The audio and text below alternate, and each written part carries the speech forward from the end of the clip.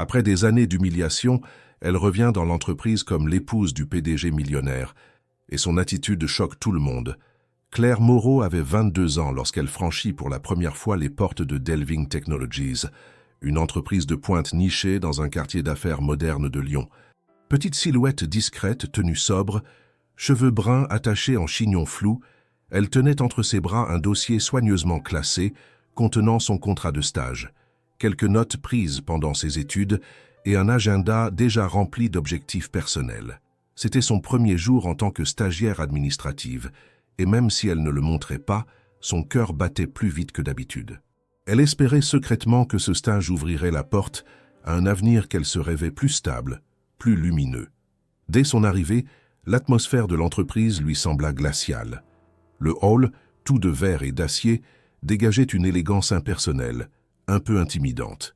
Elle fut accueillie par une assistante RH pressée qui ne prit même pas la peine de lever les yeux de son écran en lui tendant un badge d'accès. On lui indiqua sommairement la direction du bureau où elle travaillerait. Le dernier couloir à gauche, une pièce exiguë coincée entre l'archivage et la reprographie. Elle s'y installa seule, dans un silence ponctué par le cliquetis des imprimantes et les chuchotements d'employés qu'elle ne connaissait pas encore. Quelques minutes plus tard, on lui présenta son supérieur hiérarchique, Alexandre Dumas. Il avait 29 ans, une allure soignée, des gestes précis et une réputation déjà bien ancrée de perfectionniste impitoyable. Il la salua d'un simple regard, sans même lui tendre la main, et commença immédiatement à lui expliquer ses tâches sur un ton sec et dénué d'émotion. « Vous êtes là pour apprendre, alors écoutez, notez, exécutez. Inutile de poser des questions inutiles, vous verrez en pratiquant. Si quelque chose est flou, revérifiez avant de me déranger. Claire ?» Claire hocha timidement la tête. Ce fut le début d'une routine pesante. Chaque jour, elle arrivait à 8h30, tapait des rapports, triait des documents, répondait à des courriels sans jamais recevoir un mot d'encouragement. On ne lui demandait jamais son avis, on ne la regardait pas lorsqu'elle entrait dans une pièce, et personne ne retenait son prénom. Les autres employés, plus anciens, semblaient avoir adopté la même distance glaciale que leur chef. Ils la saluaient à peine, ne l'invitaient pas à déjeuner et parfois chuchotaient sur son passage comme si elle n'était qu'un meuble de bureau de plus. Elle entendait les rires étouffés derrière son dos lorsqu'elle s'appliquait un peu trop sérieusement à une tâche. Pourtant, elle continuait à donner le meilleur d'elle-même, espérant qu'un jour, quelqu'un finirait par voir ses efforts. La seule personne qui lui adressait parfois un sourire sincère était la femme de ménage, Madame Zora, qui venait chaque soir vider les corbeilles et remettre un peu d'humanité dans les couloirs vides. Un soir, alors que Claire restait tard pour terminer un rapport, Zora s'arrêta devant son bureau. « Tu sais, petite, parfois ceux qu'on ne regarde pas aujourd'hui sont ceux que tout le monde admirera demain. Garde la tête haute. » Claire lui sourit avec reconnaissance. Ces quelques mots suffisant à raviver une étincelle de courage. Mais le lendemain, tout recommençait. L'indifférence, les regards froids, les remarques tranchantes. Et toujours Alexandre, distant, tranchant, parfois cruel. Il semblait avoir une obsession particulière pour pointer ce qu'il appelait des incompétences évidentes devant tout le monde, et Claire, malgré tous ses efforts, ne semblait jamais à la hauteur de ses attentes. Un jour, elle l'entendit, sans qu'il s'en rende compte, parler d'elle avec un collègue. La stagiaire, aucune initiative, typique. Elle est là pour faire acte de présence, rien de plus. Quand elle partira, personne ne remarquera. Ces mots la heurtèrent plus qu'elle ne l'aurait admis. Elle rentra chez elle ce soir-là, les larmes au bord des yeux, son carnet de notes serré contre sa poitrine comme une protection dérisoire. Elle se demandait ce qu'elle faisait là, pourquoi elle acceptait ce traitement, et surtout ce qu'il fallait pour qu'on cesse enfin de la voir comme une ombre. Mais au fond d'elle, sans encore le savoir, quelque chose se préparait. Une force silencieuse née de l'injustice, de la solitude, de l'humiliation lente mais constante. Une graine de détermination enfouie sous les doutes qui commençait lentement à germer. Elle n'était pas encore prête à changer le monde, mais un jour, elle le serait. Le jour où tout bascula débuta comme les autres, avec le froid du matin glissant entre les vitres du tramway, que Claire prenait chaque jour pour se rendre au siège de Delving Technologies. Elle s'assit comme d'habitude au fond du wagon, relisant pour la 3e fois les notes qu'elle avait prises la veille pour une réunion à venir. Son cœur battait un peu plus vite que d'habitude. Ce matin-là, Elle devait présenter une synthèse de données de suivi d'un projet interne. Une tâche modeste, certes, mais qui représentait une première prise de parole devant le reste de l'équipe. Elle avait passé la nuit à relire les chiffres, aligner les colonnes du tableau Excel, formater chaque diapositive pour que rien ne puisse être critiqué. Elle voulait bien faire. Elle avait besoin que quelqu'un remarque son travail. La salle de réunion était déjà occupée par plusieurs cadres lorsqu'elle entra. Elle sentit immédiatement le poids des regards à peine curieux, indifférents pour la plupart. Alexandre Dumas entra en dernier, l'air pressé, son smartphone toujours en main. Il lança un regard rapide à Claire et dit simplement « 3 minutes, pas une de plus, soyez concise ». Claire prit une inspiration profonde et commença à exposer ses données. Elle avait vérifié chaque chiffre 2 fois, mais à mi-parcours, alors qu'elle expliquait une fluctuation dans les dépenses mensuelles, elle se trompa de mois dans son commentaire. Un simple lapsus, presque insignifiant. Elle s'en rendit compte immédiatement et tenta de se corriger, mais le mal était fait. « Vous venez vraiment de dire mai au lieu de mars ?» interrompit Alexandre, l'air faussement incrédule. Un rire discret s'éleva au fond de la salle. Claire sentit ses joues s'enflammer. « C'était un lapsus, je voulais dire mars, évidemment », reprit-elle en essayant de garder son calme. Mais Alexandre ne lui laissa pas le temps de poursuivre. Il se tourna vers l'assemblée, sourire en coin, et déclara « Voilà pourquoi on ne devrait pas confier les chiffres à quelqu'un qui confond les mois. Prochaine fois, on demandera à un calendrier de présenter à sa place. » La salle éclata de rires étouffés. Claire, figée, sentit sa gorge se nouer. Elle baissa les yeux vers l'écran de son ordinateur, incapable de soutenir les regards, même ceux qui étaient empreints d'un brin de pitié. Sa présentation fut interrompue là. Alexandre passa à l'ordre du jour suivant, sans lui accorder un regard de plus. Elle sortit de la salle à peine 2 minutes plus tard, le visage tourné vers le sol, les épaules basses. À peine avait-elle franchi la porte qu'elle sentit les larmes monter. Elle marcha rapidement jusqu'aux toilettes, s'y enferma et laissa enfin les larmes couler. Pas pour l'erreur, pas même pour la remarque, mais pour l'accumulation, pour les mois d'invisibilité, pour les murmures, pour les sourires condescendants, pour l'indifférence constante qui venait de se transformer en moquerie publique. Devant le miroir, elle essuya ses larmes avec la manche de son gilet beige. Son reflet lui parut étranger. Elle vit dans ses yeux la lassitude, la résignation, mais aussi quelque chose de nouveau, une étincelle dure, glacée, une révolte silencieuse qui prenait racine. Elle retourna à son bureau, attrapa son sac et, sans prévenir personne, quitta le bâtiment.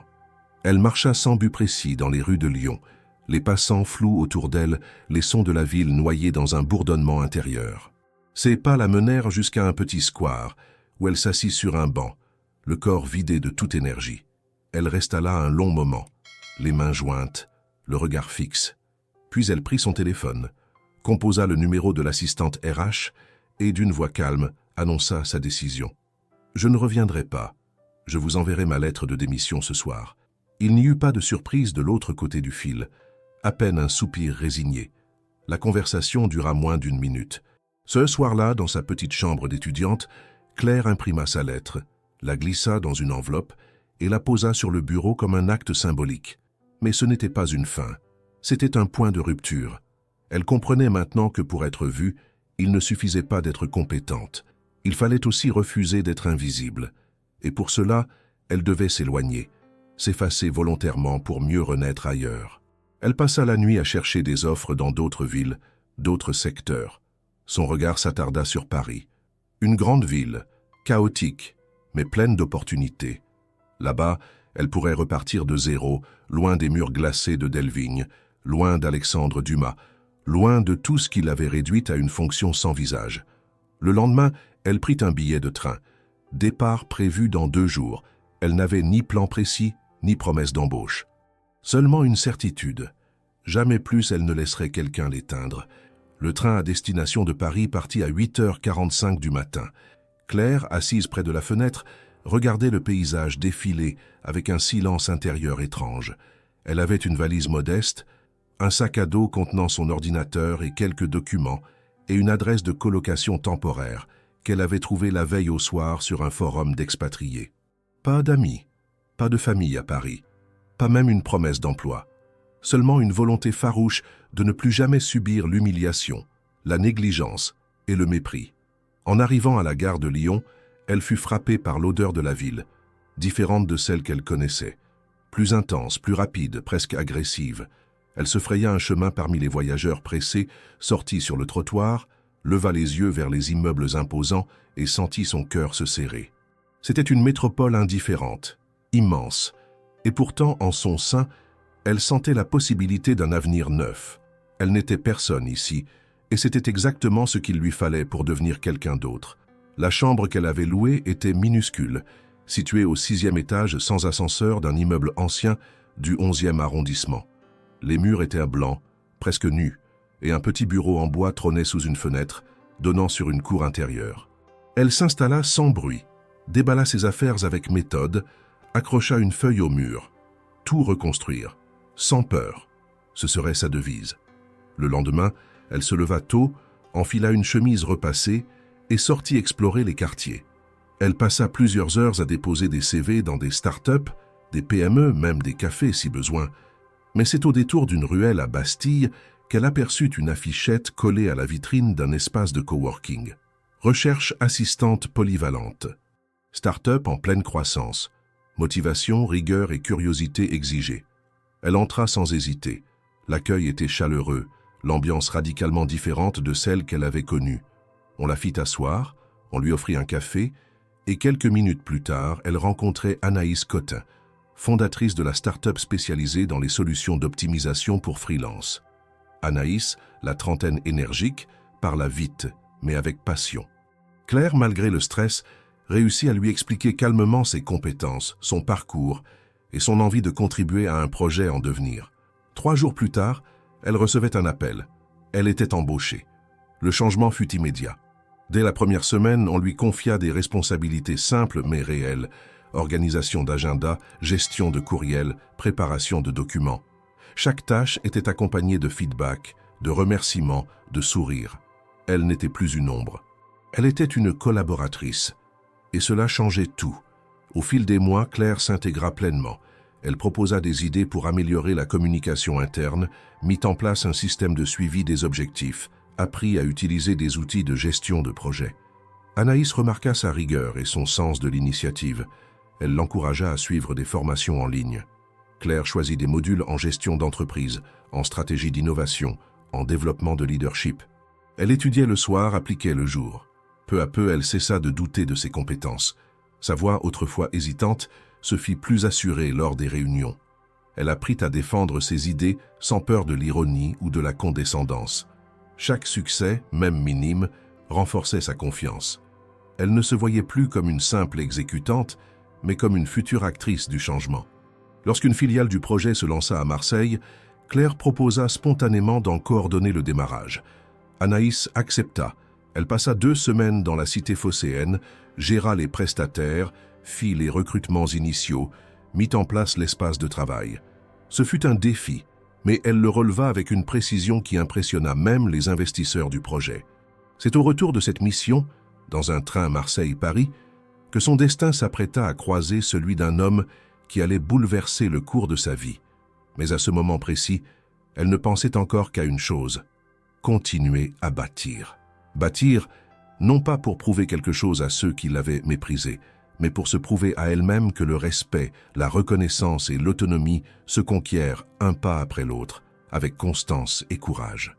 Le soir même, installée dans sa chambre, elle écrivit dans son carnet « Je suis loin d'être arrivée, mais je ne suis plus là où j'étais, je n'ai plus peur. Ils m'ont ignoré, ils m'ont ri au visage. Mais ici, dans cette ville inconnue, je me suis redonné un nom, et personne ne pourra plus jamais me le reprendre. » La conférence de technologie organisée à Marseille s'étendait sur 3 jours et rassemblait des figures influentes du secteur de l'innovation numérique, des jeunes fondateurs prometteurs, des chercheurs, des investisseurs, des curieux et bien sûr des professionnels comme Claire, venus représenter sa start-up et suivre les panels sur les nouvelles méthodes de gestion agile. L'événement se tenait dans un centre de congrès ultra-moderne, avec des stands lumineux, des écrans géants diffusant en boucle des démonstrations de produits et une foule mouvante de badges accrochés à des cols de chemise. Claire, désormais à l'aise dans son rôle de coordinatrice, circulait d'une salle à l'autre, prenait des notes, discutait avec d'autres professionnels, échangeait des cartes de visite, observait les dynamiques d'échange. Elle se tenait droite, regardait les gens dans les yeux, posait des questions pertinentes. Rien à voir avec la jeune stagiaire silencieuse qu'elle avait été 2 ans plus tôt. Elle n'attendait plus qu'on la remarque. Elle existait pleinement dans cet espace. Le 2e jour, après un panel sur la transformation des structures hiérarchiques dans les entreprises technologiques, elle s'attarda à un buffet installé à l'extérieur, près d'un jardin. Tandis qu'elle remplissait son verre d'eau gazeuse, une voix grave mais posée s'adressa à elle. « Je crois que votre question en salle sur la flexibilité des rôles a fait froncer les sourcils de 3 directeurs traditionnels. C'est rare et admirable. » Elle se retourna et fit face à un homme d'une 40aine d'années. Costume gris sobre, regard calme, cheveux châtains légèrement grisonnants. Il tenait à la main un café, mais ce n'était pas le genre de personne à en avoir besoin pour se faire remarquer. Il avait cette présence tranquille que seuls ceux qui n'ont rien à prouver possèdent. « Merci.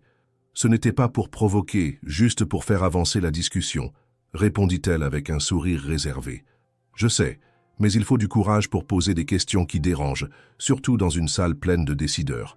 Je m'appelle Thomas Leclerc. » Le nom lui sembla vaguement familier, sans qu'elle puisse immédiatement l'associer à une entreprise. Elle se présenta à son tour, et il sembla sincèrement intéressé par son parcours. Ils parlèrent pendant plusieurs minutes, puis continuèrent la conversation en marchant lentement à travers les stands. Il n'avait rien de l'investisseur agressif qu'on s'attendait à croiser dans ces événements. Il écoutait plus qu'il ne parlait, posait des questions précises, s'intéressait aux dynamiques humaines avant de s'attarder sur les chiffres. Il voulait comprendre ce qui faisait qu'une équipe fonctionnait, ce qui motivait les gens à se dépasser. Claire, d'abord prudente, se laissa peu à peu emporter par l'authenticité de l'échange. Ils se retrouvèrent à plusieurs reprises au cours de la journée, par hasard, puis par volonté partagée. Elle découvrit qu'il était l'un des fondateurs d'un fonds d'investissement discret mais respecté, qui privilégiait les projets à long terme et les structures humaines avant les levées de fonds éclatantes. Il avait soutenu plusieurs entreprises devenues ensuite des références, mais il fuyait la lumière médiatique. C'était un homme de l'ombre, stratégique et réfléchi, à l'opposé de l'arrogance flamboyante qu'elle avait fui autrefois. Le soir, lors du cocktail de clôture, ils échangèrent leurs numéros. Il lui dit simplement « J'aimerais bien qu'on poursuive cette conversation. Je pense qu'on a des choses à apprendre l'un de l'autre. » Elle acquiesça, touchée par la douceur et la sincérité de cette proposition. Les semaines qui suivirent virent naître une relation d'abord professionnelle. Thomas proposa de la mettre en contact avec l'une des start-up qui l'accompagnait, qui cherchait à se structurer. Claire y intervint comme consultante à temps partiel, apportant des idées concrètes et efficaces. Son travail fut salué par les dirigeants. Peu à peu, les échanges avec Thomas devinrent plus réguliers, plus personnels aussi. Il parlait de management, mais aussi de choix de vie, de valeurs, d'échecs et de reconstruction. Claire appréciait sa capacité à ne jamais juger, à écouter sans vouloir corriger. Elle se surprenait à lui confier des choses qu'elle n'avait jamais dites à personne. Il n'y avait entre eux ni promesse ni illusion, seulement un respect profond, une admiration mutuelle qui grandissait dans le silence des non-dits. Un soir, dans un café du Marais, alors que la pluie battait les vitres et que le monde semblait suspendu hors du temps, il lui dit doucement « Je crois que tu n'as encore aucune idée de ce dont tu es capable. Mais moi, je le vois déjà. » Elle ne sut quoi répondre. Son regard se perdit un instant dans celui de Thomas. Elle comprit alors que leur rencontre n'avait rien de fortuit. Il représentait ce que la vie pouvait offrir de plus inattendu lorsqu'on cessait de courir après l'approbation des autres pour commencer à tracer sa propre route. Et elle, sans l'avoir cherché, avait trouvé quelqu'un qui la regardait enfin comme une femme entière, forte et digne, pas comme une fonction ou un prénom oublié dans un organigramme. Ce soir-là, en rentrant chez elle, Claire ne ressentit ni vertige ni doute. Seulement une étrange certitude. Sa vie venait de changer doucement, sans bruit. Et cette fois, elle était prête à l'accueillir. L'entrée de Claire dans l'une des start-up soutenues par Thomas marqua un tournant dans sa trajectoire professionnelle. La structure, encore jeune et balbutiante, avait du potentiel mais manquait cruellement d'organisation interne. L'équipe était dynamique mais désordonnée, les processus absents ou flous, les conflits fréquents, faute de directives claires. Claire, avec sa méthode, son calme et sa capacité d'écoute, s'imposa sans bruit, mais avec une efficacité qui ne tarda pas à faire l'unanimité. Elle n'avait pas de titre ronflant, pas de bureau fermé, pas même d'ancienneté, mais très vite, on se tournait vers elle pour toute décision importante. Elle commença par instaurer un tableau de bord des projets, réunit les fondateurs pour clarifier les responsabilités de chacun, mit en place des outils simples mais performants pour le suivi des objectifs et la communication entre équipes. Chaque changement, chaque ajustement était discuté, expliqué, justifié. Elle ne forçait rien, elle guidait. En moins de 6 mois, les tensions internes s'apaisèrent, la productivité augmenta, les retards diminuèrent et surtout, un climat de confiance se répandit. Thomas observait tout cela à distance, intervenant peu, mais gardant toujours un œil attentif. Lors d'un déjeuner dans un bistrot discret de la rive gauche, il lui dit « Ce que tu fais là, peu de gens en seraient capables. Tu crées une culture sans jamais imposer. Tu répares sans jamais accuser. C'est rare, très rare. » Claire baissa les yeux, touchée, mais garda sa réserve. Elle n'oubliait pas ce qu'avait coûté sa confiance en des mots flatteurs autrefois. Elle préférait avancer, construire, prouver par le résultat. La réputation de Claire se construisit ainsi, lentement, dans les cercles encore discrets de l'innovation française. Son nom circulait dans des mails d'introduction, dans des conversations entre fondateurs, entre investisseurs cherchant à redresser des structures sans recourir à des profils autoritaires. Elle était devenue, sans le chercher, une référence discrète. Ceux qui l'avaient connue auparavant à Lyon n'auraient jamais pu imaginer que cette même jeune femme qu'ils ignoraient était désormais sollicitée pour résoudre des crises de gouvernance, réorganiser des pôles entiers, conseiller des CEO en difficulté. Et pourtant, malgré les réussites, Claire restait elle-même. Elle vivait encore dans un appartement modeste, se rendait au travail en métro, refusait les apparats et les invitations superficielles. Elle ne se mettait jamais en avant, n'apparaissait pas dans les photos de groupe ni dans les publications promotionnelles. Ce n'était pas par peur mais par choix. Elle estimait que l'essentiel ne se mesure pas en image publique mais en impact réel. Avec Thomas, leur relation évolua lentement. Ils travaillaient souvent ensemble, se voyaient régulièrement, partageaient des lectures, des projets, des réflexions. Leur lien, d'abord fondé sur une admiration professionnelle, s'était transformé sans qu'ils aient eu besoin de le nommer. Ils ne vivaient pas ensemble, ne portaient pas d'étiquette, mais un regard échangé suffisait à dire ce que les mots auraient trahi. Ils étaient partenaires, dans le sens le plus noble et le plus égalitaire du terme. Lorsqu'un poste stratégique se libéra dans une autre entreprise du portefeuille de Thomas, une entreprise plus grande, plus ancienne, mais en perte de vitesse, ce fut vers Claire qu'il se tourna. Ils ont besoin de quelqu'un comme toi, quelqu'un qui ne cherche pas à briller mais à faire briller les autres, quelqu'un de patient mais lucide, quelqu'un de courageux surtout. Claire réfléchit longuement. Elle savait que ce genre de mission n'était pas sans risque. Reprendre une structure usée par des années d'inertie, faire bouger des hiérarchies figées, réveiller des énergies endormies, cela demandait plus qu'un bon management. Cela exigeait une posture, une vision, une autorité construite dans le respect. Elle accepta, à condition de pouvoir constituer sa propre équipe et de ne recevoir aucun traitement de faveur. Thomas accepta. Il savait qu'imposer Claire aurait été trahir tout ce qu'elle représentait. Les mois suivants furent intenses. Claire travailla sans relâche, s'immergea dans les documents internes, écouta les employés, observa les flux de décision, détecta les nœuds invisibles de blocage. Elle identifia les leviers, proposa des solutions concrètes, réajusta sans cesse. Les résultats ne tardèrent pas à apparaître, d'abord dans la qualité de l'ambiance interne, puis dans les chiffres de performance. Et toujours, son nom circulait sans faire de bruit, avec cette même discrétion obstinée qui devenait sa marque de fabrique. Un jour, en feuilletant un dossier de presse, elle tomba sur une photo prise lors d'une conférence à laquelle elle n'avait pas participé. Sous la photo, une légende, les nouveaux visages de l'innovation française. Parmi les noms cités, le sien. Elle haussa un sourcil, presque amusée. Elle ne cherchait pas à être un visage, elle voulait être une force. Et c'est ce qu'elle devenait. Elle se souvenait encore de la salle de réunion glaciale de Lyon, du ton moqueur d'Alexandre, du silence gêné des collègues. Elle y pensait parfois, sans amertume, non pas pour se venger ou prouver quoi que ce soit, mais pour se rappeler d'où elle venait. Et surtout pour se rappeler que ce qu'on survit forge ce qu'on devient. Thomas Leclerc avait longuement étudié la situation avant de prendre position. L'entreprise en difficulté, que Claire avait appris à connaître à travers ses missions de conseil, appartenait désormais à son fonds d'investissement. Elle était sur le point de connaître un tournant majeur. Lors d'un déjeuner confidentiel, dans un restaurant discret de Paris, il dévoila son plan à Claire avec franchise.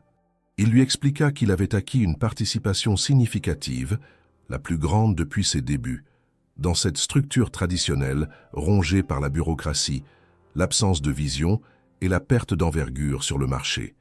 Il lui confia qu'il allait devenir copilote de l'entreprise, assumant le rôle de responsable stratégique avec pour mission de redresser la barre. À ses côtés, il voulait qu'elle exerce un rôle majeur. Il lui proposa donc de rejoindre le comité de direction avec un poste à responsabilité opérationnelle pour réaliser le travail de fond dont l'entreprise avait besoin. Lorsqu'il exposa les raisons de son choix, son ton était grave, déterminé. L'entreprise devait entrer dans une nouvelle ère avec plus de réactivité, plus de confiance, un esprit d'innovation, sans pour autant sacrifier son histoire ni son ancrage sur son secteur traditionnel. Claire manifesta surprise et fierté. Elle sentit ses joues se réchauffer. Elle réalisa à quel point tout ce qu'elle avait construit lui avait donné la légitimité pour un tel défi. Elle répondit sobrement. « Je veux bien, mais à condition que l'on fasse les choses dans les règles. Je n'arrive pas en sauveuse. Je viens comme armée de compétences, pas de présomption. Il faut que le comité de direction accepte de travailler différemment, de considérer la culture humaine autant que le résultat financier. » Thomas acquiesça sans hésiter. Il l'admirait pour sa hauteur d'esprit, sa lucidité et sa discrétion. Ils convinrent que dans les semaines suivantes, il préparerait une annonce claire, transparente, soulignant que cette évolution n'était pas une passation de pouvoir mais un projet de transformation collective. Quelques jours plus tard, l'annonce fut faite officiellement. L'entreprise tint une réunion interne dans son siège historique. Les cadres les plus anciens, certains présents depuis des décennies, écoutèrent en silence la version détaillée de l'acquisition et des nouvelles orientations. Thomas, calme et posé, expliqua les enjeux, les attentes du fonds, la vision à long terme. Les échanges furent polis, mais la surprise flottait dans l'air. Puis ce fut au tour de Claire. Elle prit la parole, sans arrogance ni emphase. Elle présenta son parcours, expliqua sa posture. Elle venait pour co-construire, pour remettre en mouvement, pas pour imposer. Elle détailla les grandes lignes d'un plan de transformation, audit interne, refonte des processus, participation des équipes à l'évolution, axe de formation, équipe pilote à créer, indicateurs à redéfinir. Elle marqua les esprits en rappelant que le véritable redressement ne se ferait pas seulement par les chiffres, mais par l'humain. L'effet fut immédiat. Certains cadres échangèrent des regards intrigués. Elle parlait leur langue, mais mettait en lumière ce qu'ils n'osaient plus dire. Le PDG historique, un homme professionnel, mais fatigué par les difficultés, fronça d'abord les sourcils, puis hocha la tête. Elle n'avait rien d'une menace. Elle représentait l'espoir d'un renouveau. Dans les jours qui suivirent, Claire prit ses fonctions. Elle reçut un bureau plus grand, mais non fermé. Des assistants lui furent affectés, et un budget pour recruter du personnel clé en gestion de projet et en ressources humaines. Elle entama un audit exhaustif, entretiens individuels, cercles de discussion, analyse des processus, recensement des compétences. Elle constata rapidement que les souhaits d'évolution étaient là, mais la structure ne facilitait pas l'initiative. Elle organisa des ateliers où, pour la première fois, des collaborateurs de tout niveau furent invités à proposer des améliorations. Elle imposa de nouveaux tableaux de bord, fit remplacer plusieurs outils obsolètes, implanta un système de remontée d'alerte, des rituels de pilotage réguliers. Elle ne cherchait pas à tout révolutionner du jour au lendemain, mais à réancrer un réflexe d'amélioration continue, ancré dans la réalité de chacun. En parallèle, elle prit soin de soigner le climat interne. Elle veilla à rendre chaque succès visible, à remercier publiquement les participants, à instaurer une culture de la reconnaissance. Elle valorisa les initiatives individuelles, rétablit la cohérence entre les objectifs stratégiques et les tâches concrètes. Elle remonta aux actionnaires la responsabilisation du comité, demanda plus de transparence, fit en sorte que les décisions soient explicables, justes, acceptées. Tous commencèrent à percevoir un changement. Le téléphone sonnait de nouveau, les partenaires revenaient, des clients prolongèrent leur contrat.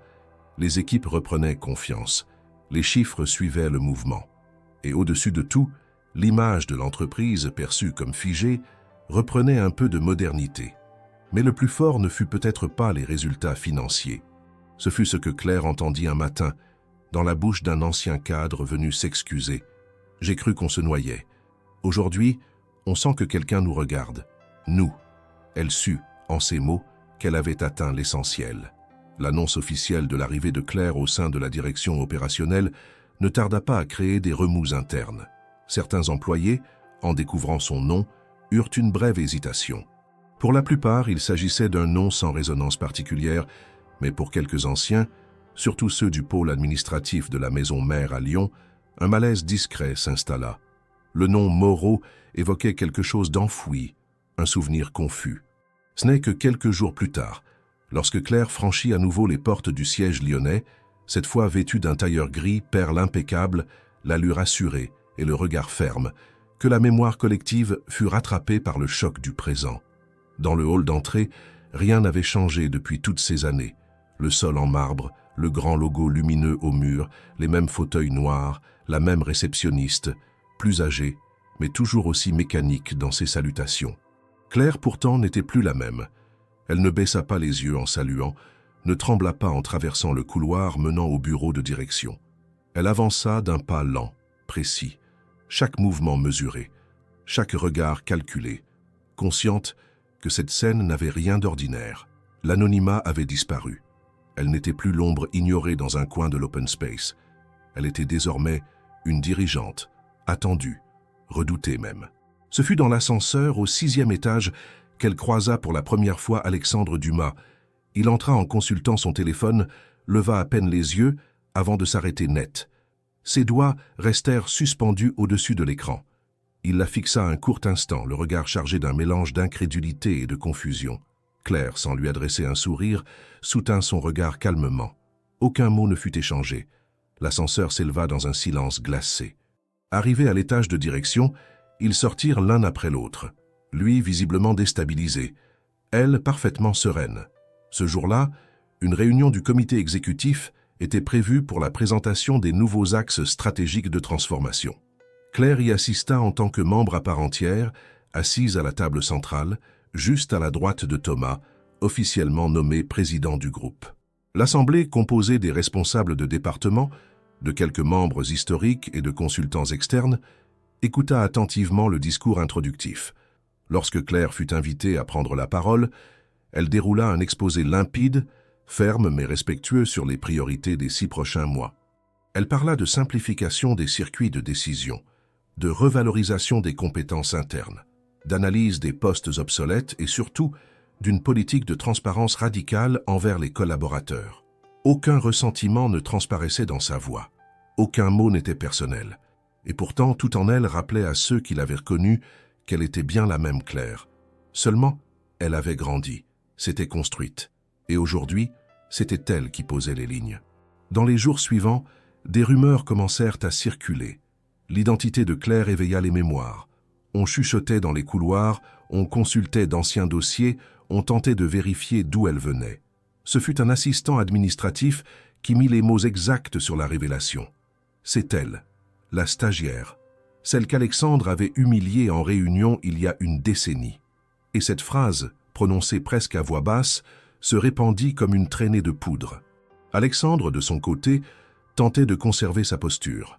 Il participait aux réunions avec application, opinait du chef aux propositions de Claire, prenait des notes, se montrait coopératif. Mais en privé, il ne pouvait masquer son trouble. Il se souvenait trop bien de la scène, de la légèreté avec laquelle il avait rabaissé une jeune femme qu'il jugeait insignifiante, incapable de se défendre. Et aujourd'hui, elle revenait, non pas comme une employée de plus, mais comme une dirigeante, une voix qui comptait dans chaque décision stratégique. Et pire encore, comme l'épouse du président du groupe. Car ce détail-là, qui n'avait pas été annoncé officiellement, finit par se savoir à travers les cercles informels. Des collègues virent Claire et Thomas quitter ensemble une conférence, dînant plus tard côte à côte à un gala professionnel. Des rumeurs devinrent certitudes. Le choc fut immense. Non seulement Claire avait gravi les échelons à la seule force de son travail, mais elle partageait également la vie de l'homme qui détenait désormais les rênes de l'entreprise.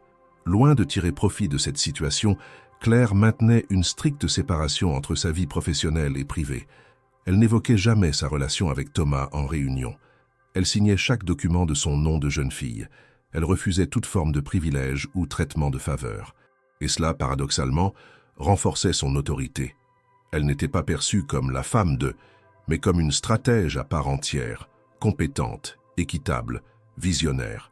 Mais pour Alexandre, chaque regard, chaque mot de Claire, aussi neutre soit-il, devenait une gifle silencieuse. Il comprenait lentement, douloureusement, que le pouvoir avait changé de camp, et que cette femme, autrefois invisible, incarnait désormais tout ce qu'il avait refusé de voir. Dans les jours qui suivirent le retour de Claire au sein de l'entreprise, un silence inhabituel s'installa dans les couloirs du siège. Les employés, même ceux peu enclins au bavardage, semblaient marcher plus lentement, parler plus bas, observer avec plus de prudence. Le simple fait de croiser Claire dans les ascenseurs ou à la cafétéria suffisait à perturber l'habituelle indifférence ambiante.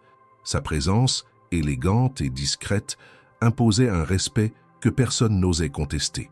Ceux qui l'avaient connue comme une stagiaire transparente la regardèrent désormais avec une curiosité teintée d'admiration, parfois même de gêne. Elle ne relevait jamais leur regard fuyant, ne faisait jamais allusion à l'époque passée. Mais son silence, justement, agissait comme un miroir impitoyable. Alexandre, lui, se tenait dans un équilibre précaire entre l'orgueil blessé et la lucidité. Il n'était pas homme à se laisser submerger par l'émotion, du moins en apparence. Mais Claire avait éveillé en lui un souvenir douloureux qu'il n'avait jamais cru devoir affronter. Chaque fois qu'il la voyait passer dans le couloir, chaque fois qu'il entendait son nom cité en exemple lors des réunions de direction, il revivait cette scène, cette humiliation qu'il avait crue anodine, cette remarque cruelle lancée devant tous. Il se souvenait du rire des collègues, de son ton condescendant, de la façon dont elle était sortie de la salle, la tête baissée. Et maintenant, elle était là, à quelques mètres de son propre bureau, maîtresse d'une autorité que lui-même peinait à maintenir. Il tenta d'abord de faire comme si de rien n'était. Il répondit à ses propositions avec courtoisie, appuya ses initiatives en réunion, échangea quelques mots formels dans les couloirs, mais rien n'y faisait. Claire restait impassible. Elle ne le provoquait pas, ne le fuyait pas, ne le cherchait pas. Elle l'ignorait avec une perfection désarmante. Ce n'était pas de la froideur, c'était de la maîtrise. Et cette indifférence, 1000 fois plus tranchante qu'une revanche bruyante, creusait en lui une inquiétude nouvelle. Et si elle avait décidé de le faire disparaître doucement, sans mots, sans bruit, comme lui l'avait rendu invisible autrefois? Les rumeurs internes s'amplifiaient. On racontait que Claire avait été recrutée précisément pour restructurer l'entreprise, que Thomas lui faisait une confiance absolue, qu'un plan de révision des postes de direction était en cours. Certains se disaient qu'Alexandre serait bientôt écarté, d'autres affirmaient qu'il allait être déplacé vers un poste moins exposé. Lui-même ne savait plus quoi penser.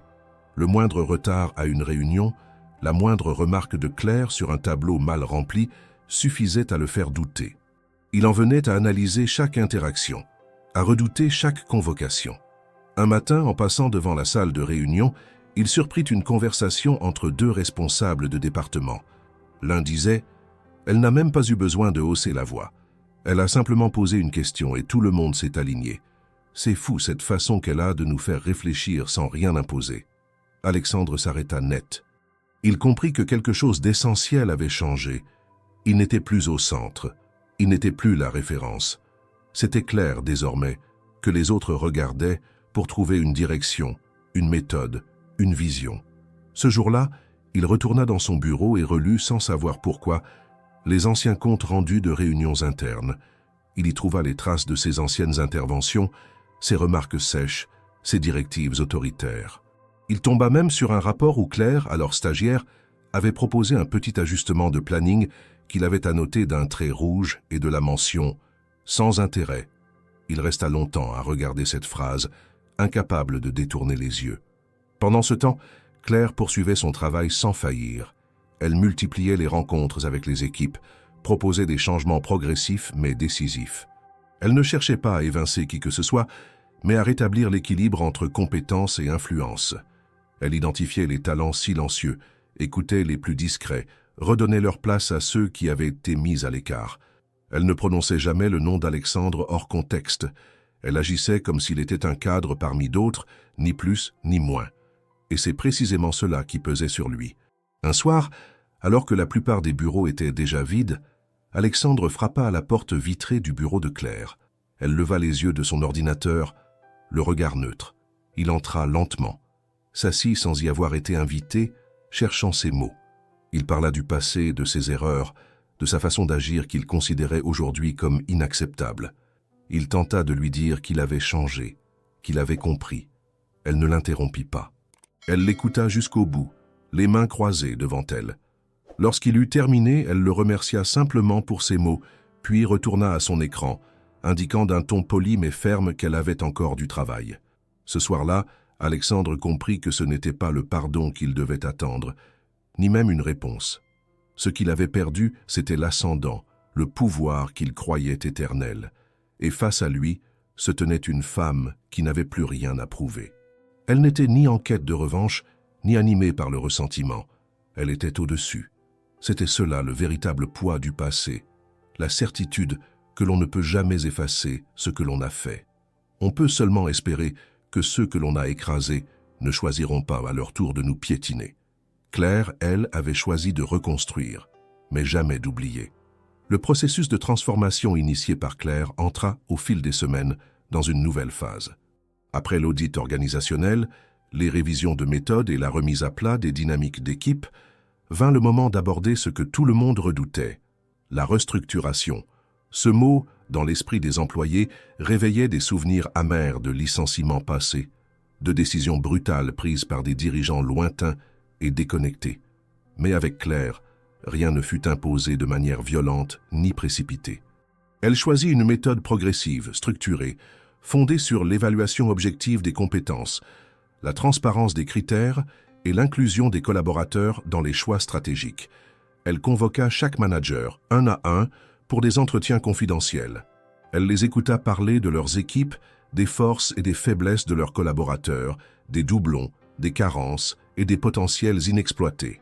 Puis elle consulta les responsables des ressources humaines, éplucha les historiques de performance, relut les entretiens annuels des 5 dernières années. Ce n'était pas une chasse aux incompétents, mais une opération de vérité. Qui, aujourd'hui, faisait avancer l'entreprise? Qui freinait? Qui avait simplement besoin d'un autre poste pour s'épanouir réellement? Très vite, les rumeurs reprirent de plus belle. Certains affirmaient que Claire voulait tout changer, qu'elle allait renvoyer les anciens pour faire place à de nouveaux visages. D'autres disaient qu'elle agissait selon un plan secret dicté par Thomas. Rien de tout cela n'était vrai. Claire ne travaillait pas dans l'ombre. Chaque décision qu'elle préparait était documentée, chaque réunion filmée pour archivage, chaque compte rendu partagé avec le comité stratégique. Mais ce fut lorsque les premiers changements commencèrent à apparaître que les tensions montèrent. Un chef de service fut déplacé vers un poste transversal. Une équipe entière fut fusionnée avec un autre département. De nouveaux responsables furent nommés, certains plus jeunes, moins expérimentés mais sélectionnés pour leur capacité d'adaptation et leur vision claire. Et toujours, dans les couloirs, une question revenait. Et Alexandre? Lui aussi savait que l'étau se resserrait. Depuis la dernière conversation avec Claire, il ne dormait plus vraiment. Chaque jour, il s'attendait à une convocation, à un courrier, à une annonce soudaine. Il redoublait d'efforts pour paraître impliqué, présidait les réunions d'équipe avec un sourire crispé, rédigeait des notes longues et détaillées. Il tentait même d'imiter le style de communication de Claire, saluant les initiatives de ses collaborateurs, distribuant des compliments qu'on sentait forcés. Un matin, il frappa à la porte de Claire, un dossier à la main. Il lui proposa un plan de formation interne, parlant d'évolution des compétences, d'accompagnement humain, de valorisation des talents. Claire écouta, nota quelques idées, le remercia. Mais son ton resta neutre. Elle ne lui donna ni validation ni critique. Simplement cette phrase, qui résonna longtemps après son départ, « Nous devons penser l'avenir, pas rassurer le passé ». Quelques jours plus tard, une réunion extraordinaire fut organisée avec le comité de direction. Claire y présenta les résultats de son analyse structurelle. Un document précis, concis, étayé par des chiffres, des témoignages internes et des projections. Elle démontra que certaines fonctions étaient redondantes, que d'autres étaient obsolètes et que plusieurs profils clés n'étaient pas utilisés à leur juste valeur. Elle proposa une réorganisation profonde, centrée non pas sur la suppression, mais sur la mobilité interne. Des postes seraient fusionnés, certains cadres affectés à de nouvelles missions, et parmi eux, le nom d'Alexandre apparut dans une section délicate, ressources sous-optimisées. Un silence pesant s'installa dans la salle. Tous savaient ce que cela signifiait. Claire ne l'annonça pas frontalement, mais laissait entendre qu'Alexandre ferait partie de ceux dont la fonction allait être réévaluée. Ce fut un moment de bascule. Les regards convergèrent vers lui, qui tentait de garder son calme, mais dont les mains trahissaient la nervosité. Il prit la parole maladroitement pour défendre son poste, évoqua son expérience, sa connaissance de l'entreprise. Mais Claire l'interrompit poliment, sans agressivité. L'expérience est précieuse, mais elle doit servir l'élan collectif. Ce que nous jugeons ici, ce ne sont pas des noms, mais des fonctions. Et ces fonctions doivent répondre aux objectifs de demain. Le choc fut réel, non pas dans les mots mais dans la posture. Claire n'attaquait pas, elle ne se vengeait pas. Elle agissait avec une rigueur professionnelle irréprochable. Et c'est cette absence totale d'émotion apparente qui déstabilisa Alexandre davantage que tout. À la sortie de la réunion, les commentaires allèrent bon train. Certains saluaient le courage de Claire, d'autres redoutaient encore plus les changements à venir. Mais une chose était certaine, personne ne doutait plus de sa légitimité. Elle avait prouvé, sans éclat, que son autorité n'était pas issue d'un lien personnel, mais d'une vision stratégique et d'une méthode solide. Dans les jours qui suivirent, Claire poursuivit la mise en œuvre de son plan. Alexandre, désormais conscient que sa position était menacée, se retrouva face à un dilemme. Tenter un dernier coup de force ou accepter de jouer le jeu de la réorganisation. Il choisit une troisième voie. Il attendit en silence, préparant un discours, une supplication peut-être, qu'il réserverait à Claire seule. Car au fond de lui, il savait que la décision lui appartenait déjà. L'annonce officieuse du repositionnement d'Alexandre créa une onde de choc qui se propagea au sein de l'entreprise.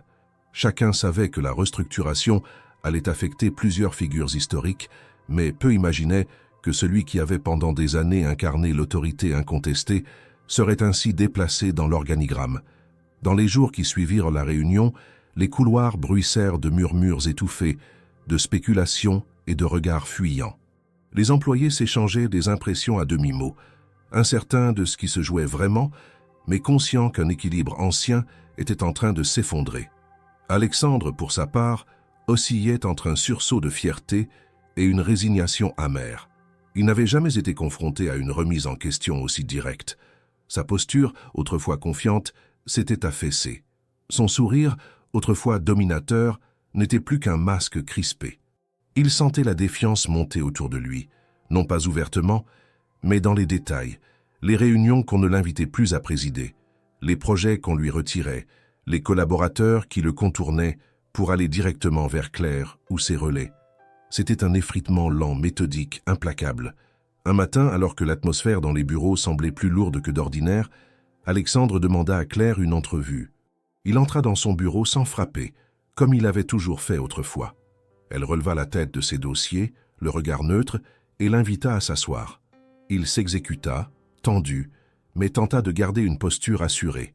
Après quelques secondes de silence, il lâcha d'un ton mêlé de cynisme et d'aigreur. « Tu sais, tout ça, cette réorganisation, ce poste qu'on me retire, ça n'a rien à voir avec mes compétences. C'est personnel. C'est parce que je n'ai pas été tendre avec toi à l'époque. Parce que j'ai ri. Et aujourd'hui, tu veux ta revanche. Mais ne te raconte pas d'histoire, Claire. Si tu es là, c'est uniquement parce que tu es la femme de Thomas. » Le silence qui suivit fut pesant. Claire, immobile, soutint son regard avec une froide intensité. Elle ne répondit pas tout de suite. Elle se leva, marcha lentement jusqu'à l'étagère où étaient rangés plusieurs classeurs, en tira un, l'ouvrit sur la table. Dedans, plusieurs documents, rapports, évaluations, projets signés de son nom, issus des différentes entreprises qu'elle avait restructurées dans les 5 dernières années. Elle les étala devant lui, sans un mot, puis plaça au centre un dossier plus récent, estampillé du logo de l'entreprise portant la mention « Résultats opérationnels, équipe Moreau, trimestre en cours ». Elle s'assit de nouveau, posa les mains sur la table et dit calmement: « Ce que tu vois là, ce sont les résultats de mon travail. Chiffres, processus, structure. Je ne suis pas ici parce que je suis marié à Thomas. Je suis ici parce que ces résultats parlent pour moi. Parce qu'aucune décision stratégique n'est prise sans preuve de performance. Parce que ceux qui m'ont confié cette mission savent ce que j'ai accompli ailleurs. Et si tu veux en parler à Thomas, il te dira la même chose. Il m'a fait confiance, mais il ne m'a pas offert cette place. Je l'ai prise par compétence. » Alexandre resta silencieux, pris de court. Il ne s'attendait pas à une telle démonstration, à une réponse aussi implacable. Claire poursuivit d'un ton toujours posé. « Tu veux que ce soit personnel, Alexandre, parce que c'est plus facile à accepter qu'un simple constat. Tu n'as pas su évoluer. Tu t'es accroché à une autorité fondée sur la peur et la distance. Moi, j'ai construit sur la collaboration, la clarté, l'écoute. Ce ne sont pas des valeurs secondaires. Ce sont les fondations d'une entreprise qui veut durer. Et aujourd'hui, ce sont ces valeurs-là que nous portons. » Il tenta de répliquer, mais sa voix manquait de conviction. La scène, si elle avait été publique, aurait eu l'effet d'un coup de théâtre. Mais dans l'intimité du bureau, ce fut un désarmement en règle. Alexandre comprit qu'il n'y aurait pas de retour en arrière, pas de négociation, pas de clémence fondée sur le passé. Il ne faisait pas face à une ancienne stagiaire blessée, mais à une dirigeante méthodique, sûre d'elle, entourée d'une légitimité indiscutable. Lorsqu'il quitta le bureau, les épaules voûtées, plusieurs employés l'aperçurent, mais personne ne lui adressa la parole.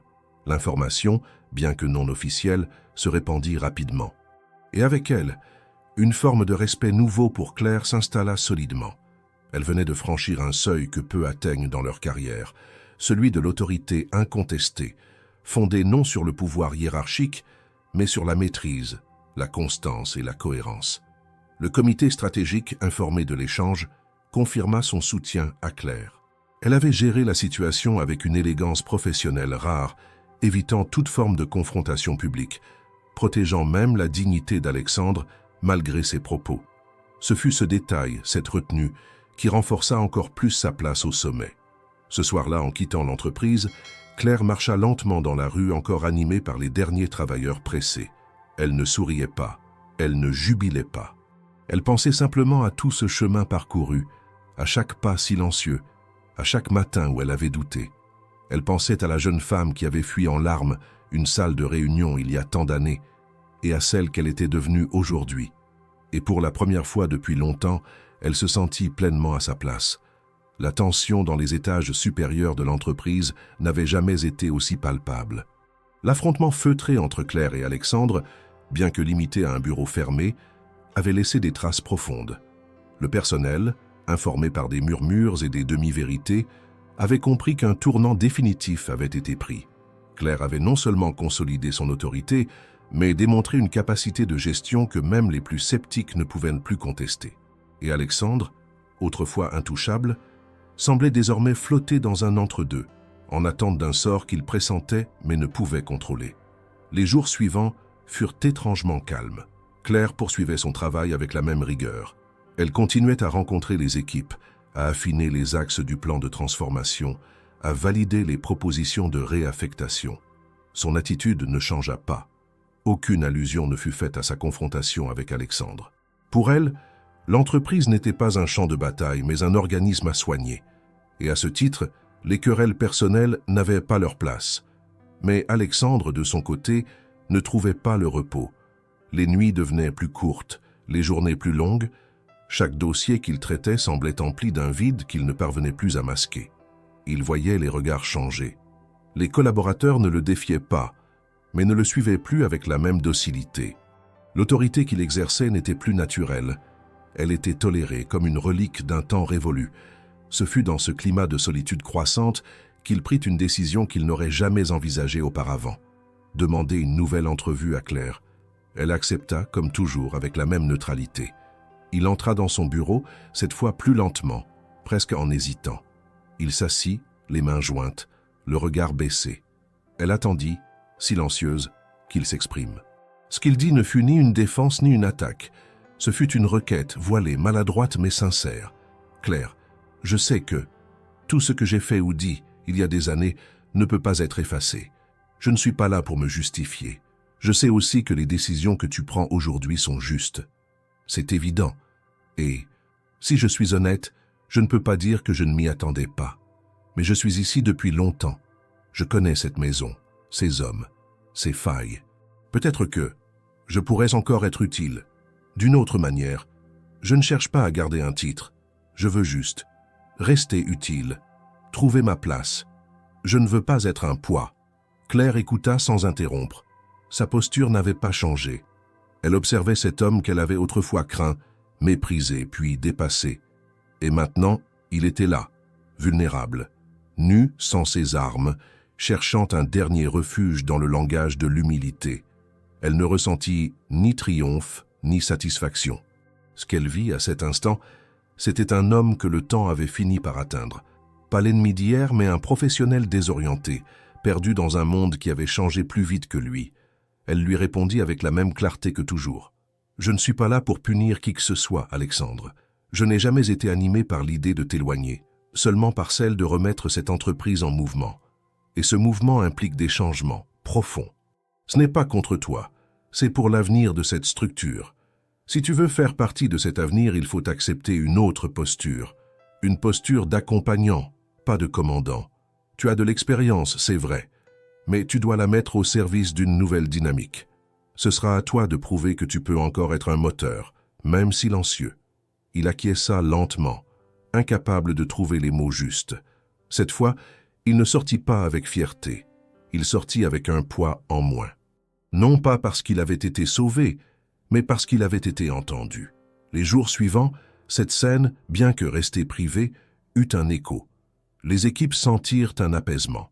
Alexandre reprit certaines missions, moins exposées, mais mieux alignées avec ses capacités réelles. Il n'était plus le leader. Il devenait un expert, un conseiller. Et pour la première fois depuis des années, il parut presque soulagé. Il ne courait plus après une autorité qu'il ne savait plus porter. Il se contentait de faire ce qu'il savait faire.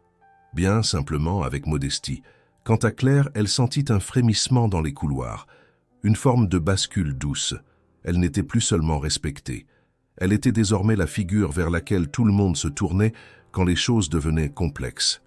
Pas pour ses liens avec Thomas, pas pour son titre, mais pour sa capacité à écouter, trancher, décider, et surtout, maintenir la dignité de chacun même dans les moments les plus critiques. Et ce fut cela plus que tout, qui fit naître une loyauté nouvelle dans l'entreprise, non plus fondée sur la peur ou l'habitude, mais sur l'exemple. Un exemple silencieux mais inébranlable. Claire n'avait pas eu besoin de vaincre. Elle avait simplement continué à avancer, sans jamais s'arrêter. Lorsque Claire présenta au comité exécutif son rapport final sur la restructuration des équipes, elle le fit sans emphase. Les faits parlaient d'eux-mêmes. Augmentation de la productivité, réduction des délais de livraison, baisse significative du turnover, retour de clients historiques, et surtout amélioration visible du climat interne. Chaque graphique, chaque tableau, chaque ligne de commentaire confirmait que la transformation engagée depuis son arrivée portait ses fruits. Mais parmi toutes les décisions à prendre, une restait suspendue en attente délicate et symbolique, celle du sort définitif d'Alexandre. Le document remis aux membres du comité comportait plusieurs propositions concrètes. Il y était suggéré de maintenir certains cadres à condition qu'ils acceptent une redéfinition de leurs fonctions. Pour Alexandre, Claire recommandait un transfert vers un poste de coordination stratégique sur des projets transversaux, sans autorité directe sur les équipes, mais avec une responsabilité claire sur l'analyse des risques et l'accompagnement au changement. Ce choix, expliqué en 10 pages, s'appuyait sur ses compétences techniques et sa connaissance historique des rouages internes. Il ne s'agissait pas d'un exil, ni d'un placard doré, mais d'un repositionnement dans l'intérêt du collectif. Et surtout d'un test de maturité. Accepterait-il de contribuer sans dominer? Lors de la réunion où cette proposition fut débattue, les membres du comité écoutèrent attentivement Claire exposer sa vision. Personne ne contesta ses arguments. Plusieurs voix soulignèrent même la sagesse de sa démarche. Elle aurait pu recommander un départ pur et simple, et personne ne s'y serait opposé. Mais elle avait choisi une autre voie, celle de la dignité préservée, de la transition accompagnée. Le vote fut unanime. La recommandation de Claire serait appliquée. Alexandre resterait, mais son rôle changerait. Il recevrait sa nouvelle feuille de mission le lundi suivant. Ce même lundi, Claire le convoqua dans son bureau. Il entra, plus calme que jamais. Il savait déjà. Elle lui tendit le document, le regard franc, sans solennité excessive. Il lut les premières lignes, hocha la tête lentement. Aucun mot ne fut prononcé pendant plusieurs secondes.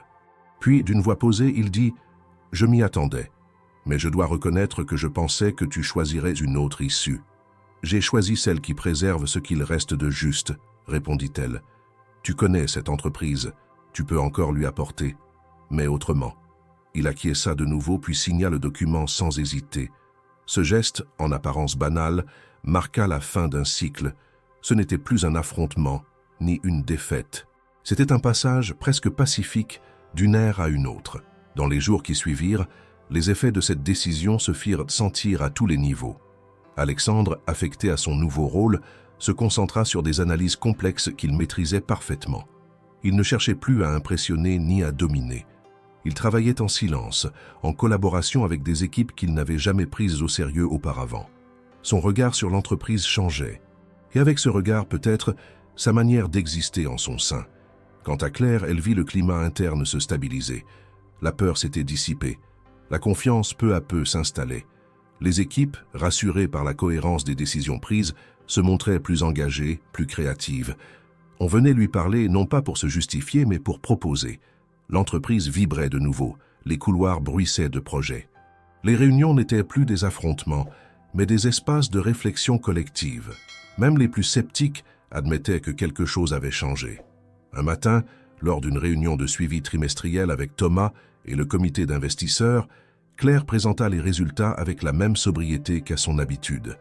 Les graphiques montraient une progression nette, les indicateurs sociaux confirmaient l'évolution. Mais ce fut son attitude qui impressionna le plus. Elle ne cherchait pas la reconnaissance. Elle parlait en nous, jamais en je. Elle rendait hommage aux équipes, valorisait le travail collectif, saluait les efforts de ceux qui avaient accepté de changer, y compris les plus réticents.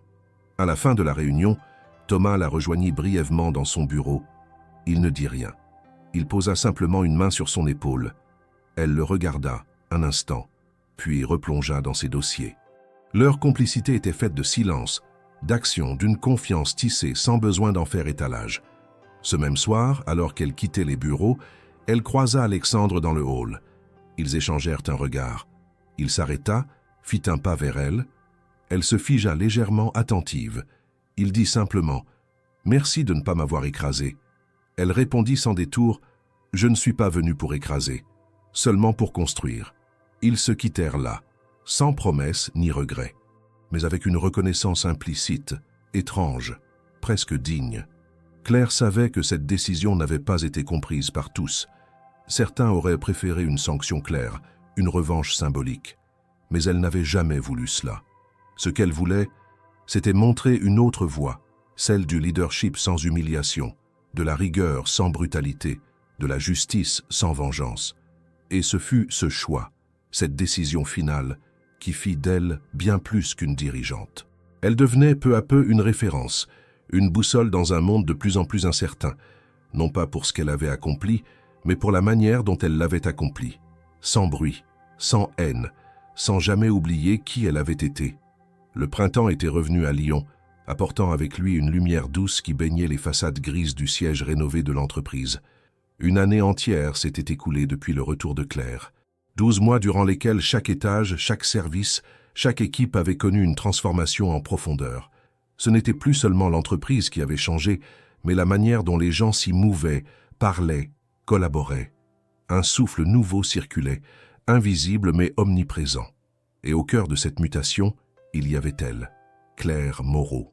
Désormais, son nom était prononcé avec une forme d'admiration silencieuse, mais jamais ostentatoire. Ce n'était pas la crainte qui inspirait les équipes, mais la certitude qu'elle savait où elle allait. Elle ne se perdait jamais dans les grands discours. Elle agissait, toujours. Chaque décision était expliquée, chaque changement accompagné, chaque victoire partagée. Elle se montrait exigeante mais juste. Les employés savaient qu'ils pouvaient lui parler non pour se plaindre, mais pour proposer. La porte de son bureau était toujours entr'ouverte. Non pas pour des effets de style, mais parce qu'elle croyait profondément à la circulation libre des idées. La restructuration terminée, Claire avait concentré ses efforts sur la culture d'entreprise. Elle lança une série d'initiatives inédites, des cercles de mentorat interservices, des projets pilotes ouverts aux suggestions spontanées, un programme de développement personnel entièrement financé par l'entreprise. Elle croyait que l'innovation ne venait pas uniquement de la technologie, mais aussi et surtout des êtres humains quand ils se sentaient écoutés et valorisés. Et cette conviction portait ses fruits. L'entreprise, autrefois décrite comme rigide et poussiéreuse, apparaissait désormais dans les classements des meilleurs environnements de travail du pays. Lors des entretiens annuels, les retours étaient unanimes. Les employés parlaient d'un « avant » et d'un « après Claire Moreau ». Même ceux qui avaient d'abord douté de sa légitimité, y compris certains directeurs anciens, reconnaissaient aujourd'hui qu'elle avait fait bien plus que redresser une structure. Elle l'avait rendue vivante. Alexandre, dans son nouveau rôle, s'était peu à peu acclimaté. Il ne dirigeait plus mais contribuait. Il assistait aux réunions, apportait des analyses précieuses, travaillait avec les équipes projets sans chercher à les contrôler. Il avait appris, parfois avec douleur, mais sans résistance inutile. Son rapport avec Claire était désormais professionnel, respectueux. Un jour, il déclara à l'un de ses collègues en sortant d'une réunion « Elle a fait ce que je n'aurais jamais su faire, et elle ne l'a pas fait pour briller. Elle l'a fait pour que tout le monde avance. » Thomas, bien qu'il fût toujours impliqué dans les grandes décisions stratégiques du groupe, s'effaçait volontiers dans l'ombre. Il savait que l'entreprise n'avait pas besoin d'un président visible, mais d'une direction solide et cohérente. Il soutenait Claire sans interférer, laissant son autorité naturelle parler d'elle-même. Ensemble, ils formaient un tandem discret, mais redoutablement efficace. Leur relation personnelle, toujours tenue à l'écart du cadre professionnel, n'en était que plus forte. Chacun savait que l'autre pouvait tenir seul, mais qu'ensemble, ils allaient plus loin. Un matin, une journaliste spécialisée dans le monde des affaires obtint une interview avec Claire, après des mois de tentatives infructueuses. L'article, publié dans une revue économique prestigieuse, fut un hommage rare. Il ne parlait pas d'une dirigeante charismatique, ni d'une visionnaire flamboyante. Il parlait d'une femme qui avait reconstruit pièce par pièce une entreprise que l'on croyait à bout de souffle, qui avait réhabilité la valeur du travail bien fait, de l'écoute, du courage tranquille. L'article se terminait par une question posée à Claire. Comment avez-vous trouvé la force de transformer ce qui semblait irrécupérable? Sa réponse, simple, fut reproduite en encadré. La différence se fait dans la manière dont on traite ceux que personne ne regarde.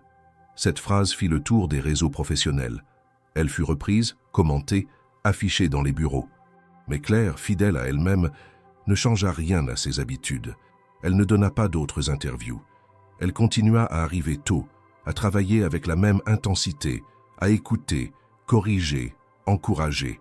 Elle savait que l'histoire ne se construisait pas en une phrase. Elle se construisait en 1000 gestes silencieux, 1000 décisions réfléchies, 1000 silences respectés. L'entreprise connut une année de croissance exceptionnelle. Les chiffres étaient bons, mais plus encore, les visages étaient sereins. Et cela, pour Claire, valait toutes les courbes de rentabilité. Elle n'avait pas seulement transformé une organisation, elle avait rendu visibles ceux que l'on croyait transparents. Elle avait donné une voix aux timides, une place aux oubliés, une direction aux perdus. Lors d'une réunion de fin d'année, un jeune employé récemment embauché osa lui poser une question devant tout le monde. « Comment avez-vous su que vous pouviez réussir ici alors que tout le monde vous avait oublié ?» Claire le regarda, sourit doucement et répondit « Parce que moi je ne me suis jamais oublié. » Et dans ce silence qui suivit, chacun comprit que le respect qu'il lui portait n'était pas né de ses victoires, mais de sa capacité à rester fidèle à elle-même, même quand personne ne regardait.